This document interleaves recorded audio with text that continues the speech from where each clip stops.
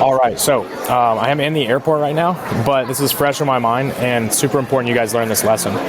So this morning, everybody in the mentorship was trying to sell other than me. Like I said, don't sell, right? And there's tons of people, oh, well, there's SMT. You know, they said, oh, there's SMT at the highs. We've taken out Asia high. We're taking out all these levels, right? Because I gave the game plan that we were going to trade up into these levels. I said we're going to trade into London high before it happened.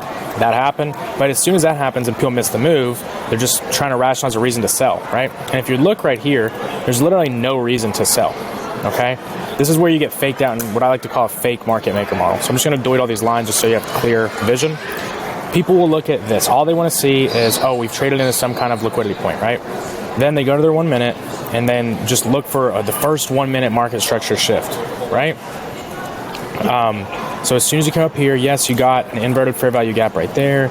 You got a market structure shift, all that. But none of that means anything if you don't have context. And the reason that most of you guys don't make money is because you just sit here and stare at the 1 minute as soon as 9:30 hits and wait for the first ICT 2022 model or whatever dumb shit you're looking for. It doesn't work, okay? That's why you don't make money. So the key is understanding when you have high probability and low probability.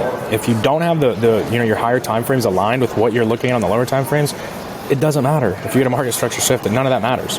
Everybody was watching this whole consolidation. Oh, SMT, we're getting bearish SMT. There's bearish SMT on the high time frame, and it just goes to show you can rationalize any trade.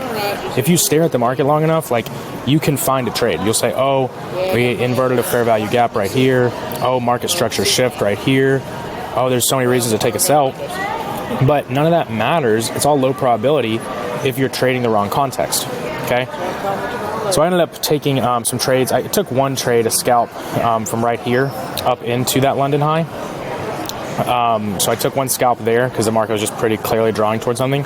And then the other trades I took one loss after that and one win.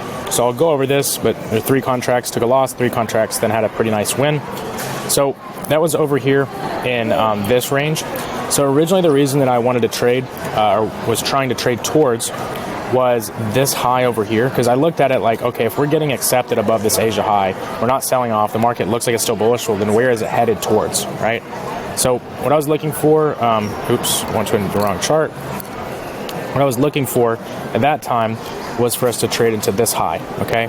So I just wanted to take a trade up into that. And looking at the 1 minute, or no, I'm sorry, it was the BPR, forgive me, not that high. That was where I originally was going to trade and I extended it.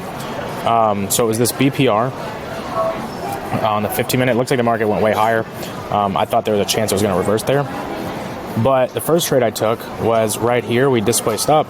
I took a trade in this fair value gap right there. Ended up getting stopped out under that low. And then as soon as we had this change in the state of delivery, and really before it, I called it pretty early just because I looked at the market and I can tell you that it's going to go up. So I got in on this candle and rode it all the way up to this high. But yeah, those are the trades I took. But the main thing here is just understand what a fake market maker model is, right? Understand that if you just look for, only the lower time frame, just immediately telling you're going to shift from a level, you might make money like that sometimes, but you're not going to keep it because it instills that mentality that you're just going to search for trades all the time. You're always looking for trades, that always you have to trade. And you get so like monkey brain sucked into the 1 minute chart that you ignore what actually matters, which is the higher time frames, right? So, yeah, I just wanted to drop this because it's super, super important that you get this through your head.